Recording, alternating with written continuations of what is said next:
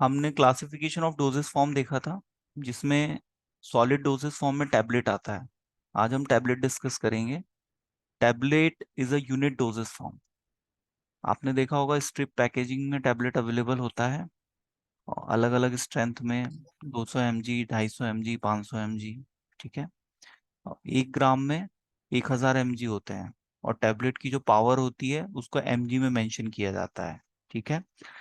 For example, paracetamol tablet, जिसको हम short में पीसीएम भी कहते हैं, इसका डोज कितना होता है? Maximum 650 mg for adults. और ये as a antipyretic drug use होती है, और स्ट्रिप पैकेजिंग में मार्केट में अवेलेबल है। इसका फेमस ब्रांड कौन सा है? कालपोल। ठीक है। जो कि बुखार को कम करने में यूज की जाती है। इसको यूनिट डोजेस फॉर्म क्यों कह रहे हैं? क्योंकि एक बार में 1 यूनिट हम इसकी खाते हैं। जैसे एक स्ट्रिप में 15 टैबलेट है और हमको ओडी लेना है। ओडी मतलब वंस अ डे, बीडी मतलब ट्वाइस अ डे, और टीडीएस मतलब दिन में 3 बार, और क्यूआईडी मतलब दिन में 4 बार। ये शॉर्ट फॉर्म्स है जो कि डॉक्टर्स यूज करते हैं। ठीक है। तो ये हमें पता होना चाहिए। यदि कोई कहे कि भाई पीसीएम ओडी लेना है, मतलब 1 बार लेना है। ठीक है। यदि कहे कि भाई एसओएस लिखा हो, मतलब जब जरूरत हो तब लो, मतलब बुखार आए तो लो, ना आए तो मत लो। एचएस लिखा हुआ है, मतलब बेड टाइम पे हमें दवाई लेना है। तो जो सिट्राजिन दवाई होती है हम उसको बेड टाइम पे लेते हैं। तो ये शॉर्ट फॉर्म्स है जो कि डॉक्टर प्रिस्क्रिप्शन में यूज करते हैं, तो इनका हमें एक आइडिया होना चाहिए। ठीक है। ओडी मतलब वंस अ डे, बीडी मतलब ट्वाइस अ डे, टीडीएस और क्यूआईडी, क्यूआईडी मतलब 4 टाइम्स अ डे। क्लियर है ना? तो हमें टैबलेट्स के ब्रांड नेम पता होना चाहिए जो कि फेमस हो।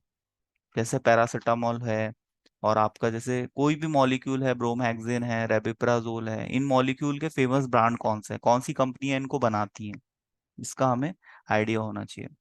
और ये जो टैबलेट है ये ओरल रूट से लिए जाते हैं। ठीक है। ओरल रूट से लिए जाते हैं। हमने रूट ऑफ एडमिनिस्ट्रेशन पढ़ा था, पैरेंटरल रूट, ओरल रूट, है ना? और आपका सुपरफिशियल, स्किन के सुपरफिशियल पार्ट पे, एपिडर्मिस पे टॉपिकल फॉर्मुलेशन अप्लाई की जाती है, तो स्किन भी एक रूट ऑफ एडमिनिस्ट्रेशन है। तो वैसे ही टैबलेट आपका ओरल रूट से लिया जाता है। और टैबलेट में दो चीजें होती है, एक तो होता है एपीआई जिसको हम बोलते हैं एक्टिव फार्मास्यूटिकल इंग्रेडिएंट, और दूसरा होता है एडिटिव्स जिसको हम एक्सिपिएंट्स भी कहते हैं। तो एपीआई एक से ज्यादा भी हो सकते हैं। एपीआई दवाई का वो कॉन्स्टिट्यूएंट होता है जो बीमारी को ठीक करता है। जैसे हमने पैरासीटामोल का टैबलेट बनाया, तो उसमें जो एसिटोमिनोफेन है उसका एपीआई है, एक्टिव केमिकल कॉन्स्टिट्यूएंट, जो एक्शन देगा, जो बुखार को कम करेगा। पर हमको टैबलेट बनाने के लिए और भी तो कुछ चीजों की जरूरत है। हम उसमें उसमें कलर डालेंगे, है ना?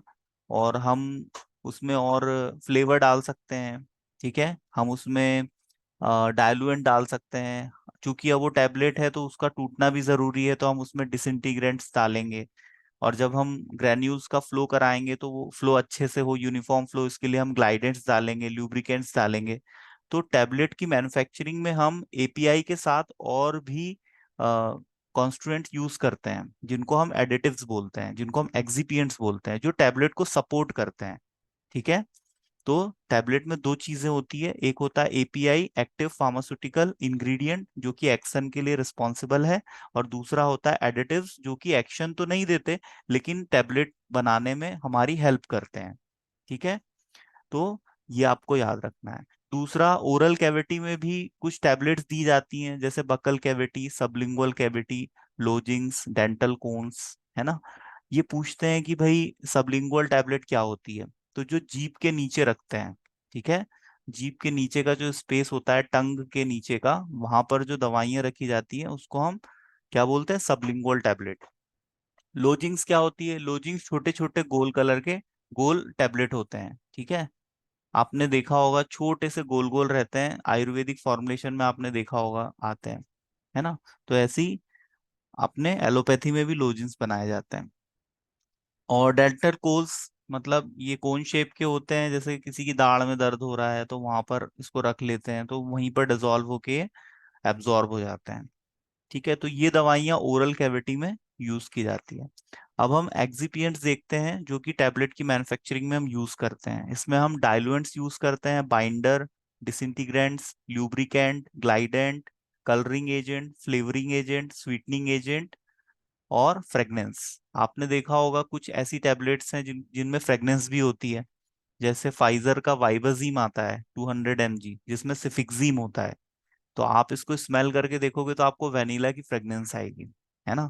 तो प्रोडक्ट के एलिगेंस को, उसके अपीयरेंस को बढ़ाने के लिए कंपनियां उसको अट्रैक्टिव बनाने के लिए कलर्स ऐड करती हैं, फ्रेग्रेंस ऐड करती हैं, जिससे उसकी एक्सेप्टेंस बढ़े कंज्यूमर कंज्यूमर में।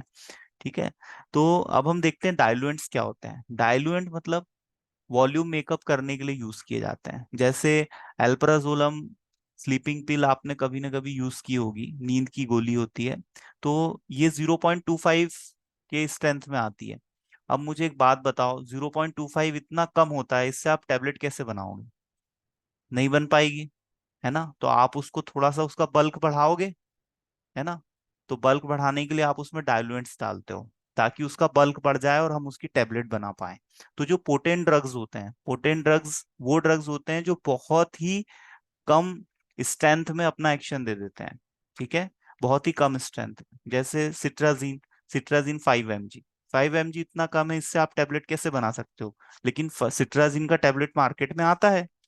सिट्राजीन एक एंटी एलर्जिक ड्रग है जो एलर्जिक रिस्पॉन्स को कम करती है। ठीक है। हिस्टामीन एंटागोनिस्ट, H1 रिसेप्टर की एंटागोनिस्ट होती है सिट्राजिन। एंटी एलर्जिक ड्रग है और ये भारत में कॉमनली प्रिस्क्राइब्ड ड्रग है, बहुत से डॉक्टर्स को प्रिस्क्राइब करते हैं। इसका कॉमन साइड इफेक्ट क्या है? ड्राउजीनेस, मदहोशी। ठीक है, थोड़ा सा नींद जैसा आता है इस दवाई को खाने के बाद। इसीलिए इसको हमेशा बेड टाइम पे लिया जाता है। तो सिट्राजीन इज अ पोटेंट ड्रग, है ना। एल्प्राजोलम, ये ड्रग्स बहुत कम स्ट्रेंथ में अपना एक्शन दे रही हैं। अब इनके हमको टैबलेट बनाना है, तो हम इसमें डाइल्यूएंट्स ऐड करेंगे। ठीक है, हम इसको मतलब बल्क देंगे। बल्किंग एजेंट भी कहते हैं डाइल्यूएंट्स को। ठीक है, diluents is also known as bulking agent. तो हम इसमें बल्किंग एजेंट कौन से डाल सकते हैं? लैक्टोज डाल सकते हैं, स्टार्च डाल सकते हैं, सेल्यूलोज, है ना, कैल्शियम सल्फेट। ये आपको ना एग्जाम्पल्स याद होने चाहिए। ठीक है, डायलुएंट्स के example lactose, starch, cellulose, calcium sulphate, mannitol, sorbitol, sucrose और डेक्सट्रोज। तो ये एज अ बल्किंग एजेंट हम यूज करते हैं। अब हमने, जब हम लड्डू बनाते हैं घर पे, तो उसमें हम गोंद डालते हैं कि नहीं? तो जिससे लड्डू बंधा सा, कसा सा बनता है लड्डू, ताकि वो लड्डू जैसा गोल रहे, है ना, अपने शेप एंड साइज को वो मेंटेन रखे। तो हम उसमें गोंद डाल देते हैं। तो वैसे ही हम टैबलेट भी बंधी रहे, कसी रहे, है ना। तो उसके लिए हम उसमें क्या डालते हैं? बाइंडर डालते हैं। बाइंडर मतलब जो ग्रेन्यूल्स को जोड़ के रखेगा, ग्रेन्यूल्स को पकड़ के रखेगा, एक पकड़ बना के रखेगा टैबलेट में। सदी हुई सी टैबलेट रहेगी, नहीं तो बिखर नहीं जाएगी वो, है ना। तो हम उसमें बाइंडर्स ऐड करते हैं। ठीक है। तो क्योंकि हम टैबलेट कैसे बनाते हैं? कंप्रेशन से बनाते हैं। पंचिंग मशीन होती है और उसमें डाइज होती हैं, ऊपर से पंच आता है, वो प्रेस करता है और ग्रेन्यूल्स दब जाते हैं। अब चूंकि उसमें बाइंडर मिला हुआ है, तो वो एक बार उसकी पंचिंग होती है तो फिर वो अपने साइज को चेंज नहीं करता। ठीक है। तो हम उसमें बाइंडर्स डालते हैं, जिससे टैबलेट हमारी एक पर्टिकुलर शेप एंड साइज में मेंटेन रहती है। बाइंडर के एग्जाम्पल है अकेसिया, जिलेटिन, सोडियम एल्जिनेट। वैसे तो बुक्स में काफी एग्जाम्पल दिए हुए हैं, लेकिन आप तीन चार एग्जाम्पल, दो एग्जाम्पल भी एटलीस्ट याद रखते हैं, इनफ है ना। बहुत सारे एग्जाम्पल्स आप लिख लोगे, याद वैसे भी आपको दो तीन ही रहने हैं। तो इससे अच्छा जो एग्जाम्पल आपको इजी लगते हैं, वो एग्जाम्पल आप लोग याद रखने की कोशिश कीजिए। पर हर कैटेगरी के दो दो एग्जाम्पल याद रखना है। ठीक है। दूसरा, हम टैबलेट खाते हैं, ओरल रूट से ली, स्टमक में गई, अब वहां पर वो डिसइंटीग्रेट होगी, वो वहां पर डिसोशिएट होगी, तो इसके लिए उसका टूटना भी तो जरूरी है। तो टूटने के लिए हम उसमें कुछ ऐसे एजेंट्स डालते हैं जो उसको तोड़ने में मदद करें। जोड़ने के लिए हमने डाल दिया बाइंडर, अब तोड़ने के लिए हम डालेंगे डिसइंटीग्रेंट्स। डिसइंटीग्रेशन मतलब होता है टूटना। ठीक है, डिसइंटीग्रेशन मतलब टूटना। तो हम ऐसे एजेंट डालेंगे जो उसको तोड़ने में मदद करेंगे स्टमक में, क्योंकि हमको उस टैबलेट का टूटना बहुत जरूरी है, तभी तो वो बॉडी में एब्जॉर्ब होगी और अपने साइट ऑफ एक्शन पे जाएगी, टारगेट ऑफ एक्शन पे, टारगेट ऑफ साइट पे जाएगी और वहां एक्शन देगी। तो इसके लिए हम डिसइंटीग्रेंट्स यूज करते हैं। इसका एग्जांपल है वीगम, बेंटोनाइट, पीवीपी, पॉलीविनाइल पायरोलिडोन। पॉलीविनाइल पायरोलिडोन, पीवीवीपी इसको शॉर्ट में कहते हैं, पीवीपी। तो ये आप याद रखना। नेक्स्ट, जब हम टैबलेट की मैन्युफैक्चरिंग करते हैं तो मशीनरी यूज होती है। अब उसमें ग्रैन्यूल्स को हमें फ्लो करवाना है, हॉपर में हमें ग्रैन्यूल डाला और वो नीचे जाएगा, तो उसका फ्लो प्रॉपर्टी अच्छी होनी चाहिए, यूनिफॉर्म फ्लो होना चाहिए। फ्लो यदि यूनिफॉर्म है तो टैबलेट यूनिफॉर्म साइज के बनेंगे, और टैबलेट का यूनिफॉर्म साइज का होना बहुत जरूरी है। नहीं तो पेशेंट को कम कम ज्यादा डोज सप्लाई होगा, और कम ज्यादा डोज सप्लाई होने की वजह से हमें प्रॉपर दवाई का एक्शन नहीं मिल पाएगा। तो हमें प्रॉपर यूनिफॉर्म फ्लो चाहिए। तो इसके लिए हम क्या ऐड करते हैं, ग्लाइडेंट्स और ल्यूब्रिकेंट्स, मतलब चिकनाई देते हैं, फिसलता है ग्रेन्यूल्स, और यूनिफॉर्म फ्लो आता है, और उसका फ्लो प्रॉपर्टी भी इंप्रूव हो जाती है। तो इसके लिए हम ग्लाइडेंट्स यूज करते हैं। इसका एग्जांपल है stearic acid, magnesium stearate, talc, talc powder, है ना, टेल्क यूज करते हैं। पीईजी यूज करते हैं। पीईजी का फुल फॉर्म होता है poly ethylene glycol, poly ethylene glycol. तो ये एज अ ग्लाइडेंट हम यूज करते हैं, stearic acid, magnesium stearate, PEG, polyethylene glycol. Next आता है कलरिंग एजेंट। आपने देखा होगा फार्मास्यूटिकल प्रोडक्ट्स कलर्ड होते हैं, है ना। कोई टैबलेट है वो ऑरेंज कलर की है, रेड कलर की है ना। तो ये कलरिंग एजेंट की वजह से उसमें कलर आता है। तो एज अ कलर हम डाइज यूज करते हैं, जिसमें ईओसिन डाई आती है, इंडिगो डाई आती है, टेट्राजिन येलो आती है ना, मिथाइलिन ब्लू, बहुत सारी डाइज हैं जो डाइज हम फॉर्मुलेशन में कलर के लिए ऐड करते हैं। आपने देखा होगा सिरप्स भी पिंक कलर के आते हैं, रेड कलर के आते हैं, ग्रीन कलर के आते हैं, तो इसमें सब कलरिंग एजेंट डले होते हैं। ये केवल और केवल फॉर्मुलेशन को सपोर्ट करते हैं, उसके एलिगेंस को बढ़ाते हैं, कोई थेराप्यूटिक इफेक्ट नहीं है। थेराप्यूटिक इफेक्ट मतलब बीमारी को ठीक करने की क्षमता, है ना, ये केवल होती है एपीआई में, एक्टिव फार्मास्यूटिकल इंग्रेडिएंट में, है ना। हर दवाई में एक या दो या तीन एपीआई होंगे, और बाकी सारी चीजें उसमें जो कुछ डली होंगी वो सब होंगी एडिटिव्स, वो सब होंगी एक्सिपिएंट्स। तो डोजेस फॉर्म में क्या होते हैं, दो मेन कंपोनेंट, एक होता है एपीआई और दूसरा होता है एडिटिव्स, एक्सिपिएंट। ठीक है, एडिशनल चीजें, है ना। जैसे आपने देखा होगा जब आप शादी पार्टी में जाने के लिए तैयार होते हो तो ब्रेसलेट ब्रेसलेट भी पहन लेते हो, है ना, और अपने आप को और इम्प्रूव करते हो। ठीक है, तो वही ये दवाई को भी इम्प्रूव किया जा रहा है, और ज्यादा उसको अट्रैक्टिव और उसको स्मार्ट बनाया जा रहा है। ठीक है, तो बस ये है आपका टैबलेट का थोड़ा सा डिस्क्रिप्शन। टैबलेट का फायदा ये है कि इसको एक आम इंसान भी खा सकता है। ठीक है, इसके लिए कोई सपोर्ट की जरूरत नहीं है। जैसे इंजेक्शन आपको डॉक्टर प्रिस्क्राइब करे तो आपको निडल सिरिंज भी लेनी पड़ेगी और ढूंढना पड़ेगा किसी को जो आपको इंजेक्शन लगा दे, लेकिन टैबलेट के साथ ऐसा नहीं है। ठीक है, दूसरा, टैबलेट खाना पेनफुल नहीं है, आसानी से आप टैबलेट निगल सकते हो पानी के साथ, दूध के साथ।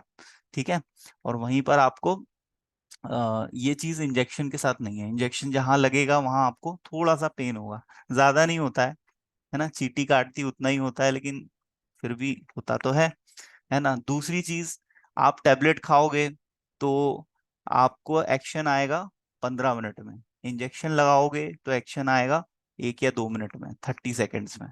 तो एक्शन टैबलेट का थोड़ा स्लो होता है, 15 से 20 मिनट, आधा घंटे तक लग सकते हैं एक्शन आने में, और इंजेक्शन का एक्शन थोड़ा फास्ट होता है।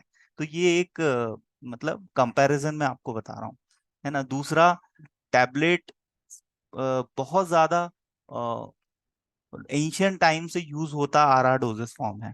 टैबलेट बहुत पहले से यूज हो रहा है। इंजेक्शन अभी मॉडर्न टाइम में डेवलप किया गया है, क्योंकि उसमें नीडल सिरिंज के थ्रू बॉडी में ड्रग को इंसर्ट किया जाता है ना। आयुर्वेदा में भी पहले वटी आती थी, है ना, और आपके गुटिका आती थी। तो ये ओरल एडमिनिस्ट्रेशन बहुत लंबे समय से चला आ रहा है। ठीक है, ओरल रूट ये बहुत कॉमन है। ठीक है, अच्छा, दूसरी चीज इसमें, पेरेंटल में आपका क्या है, जैसे एप्सिस का फॉर्मेशन हो सकता है, इन्फेक्शन हो सकता है, गांठ बन सकती है ना, यदि सही तरीके से इंजेक्शन न लगाया जाए तो। किसी को जैसे आपने कमर में इंजेक्शन लगाया, गलत पोजीशन पे लगा दिया तो उसको साइटिका हो सकता है ना, ऐसे प्रॉब्लम्स आते हैं। गलत तरीके से लगा दिया, वहां पर गांठ बन सकती है जो कि परमानेंट हो सकती है ना। आपने इंजेक्शन यदि गलत तरीके से लगाया तो निडिल अंदर टूट गई सपोज, तो फिर सर्जरी से निडिल को निकालना पड़ेगा, ऐसे इशू आते हैं। फिर आप इंजेक्शन लगा रहे हो तो आपको स्पिरिट की भी जरूरत है, जहां पर आप इंजेक्शन लगा रहे हो वहां पर आप कॉटन से उस जगह को स्टेराइल करोगे, है ना, उसको आप वहां पर कॉटन से हल्का सा रब करके वहां पर सफाई करोगे, ताकि कोई भी पैथोजन, कोई कंटामिनेंट ब्लड में ना जाए। ठीक है। और दूसरा, पेरेंटल फॉर्मुलेशन कॉस्टली होते हैं, है ना। पेरेंटल फॉर्मुलेशन कॉस्टली होते हैं क्योंकि इनकी जो मैन्युफैक्चरिंग है उसमें ज्यादा कॉम्प्लेक्स होती है वो, है ना। क्योंकि इसमें डिस्टिल वाटर यूज होता है, तो उसके लिए एक अलग यूनिट लगाना पड़ेगा। फिर इनकी पैकेजिंग भी कॉस्टली पड़ती है, क्योंकि प्लास्टिक से महंगा ग्लास होता है, आपको भी पता है ना। और जितने भी आपने इंजेक्शन देखे होंगे, ये सब ग्लास कंटेनर में डिस्पेंस किए जाते हैं। ठीक है, ग्लास कंटेनर में पैक किए जाते हैं। तो ये थोड़े कॉस्टली होते हैं और टैबलेट चीप होता है। ठीक है। तो ये कुछ डिफरेंसेस थे, कुछ एडवांटेजेस डिसएडवांटेजेस थे ओरल रूट के। अब कोई पेशेंट अनकॉन्शियस है, तो आप उसको टैबलेट नहीं दे सकते सॉलिड डोजेस फॉर्म, आप उसको ओरल रूट से कैसे दे पाओगे, वो तो बेहोश है। तो बेहोशी के केस में इंजेक्शन काफी सपोर्ट करते हैं।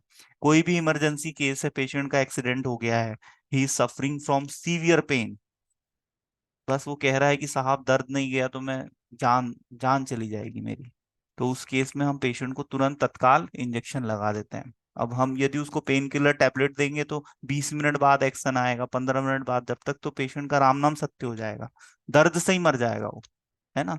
तो ऐसे फायदे नुकसान है। अब जैसे कोई पेशेंट है वो कॉपरेट नहीं कर रहा है, एक पागल है वो उपद्रव मचा रहा है, इधर उधर चढ़ रहा है, कूद रहा है, लोगों को मार रहा है, तो फिर अब उसको क्या टैबलेट दोगे? वो तो जो टैबलेट खिलाने आएगा उसी को टैबलेट खिला देगा। तो उस केस में हम क्या करेंगे, उसको पैरेंटल देंगे, जहां मसल्स दिखी वहीं ठोक देंगे। ठीक है। आपने देखा होगा मूवीज में पागलों को कैसे इंजेक्शन लगाते हैं, है ना। दो लोग आते हैं और कहीं भी डोज देते हैं, देखते भी नहीं कहाँ मसल्स क्या है, बस लगा देते हैं सीधे। और जैसे इंजेक्शन लगता है तो कुछ ही सेकंड में पागल शांत हो जाता है है ना। तो ये पैरेंटल रूट को मैंने कंपेयर किया ओरल रूट से, और इसके कुछ एडवांटेजेस डिसएडवांटेजेस जो आपको पता होना चाहिए, है ना। नेक्स्ट लेक्चर में हम देखेंगे कि टैबलेट की मैन्युफैक्चरिंग कैसे होती है।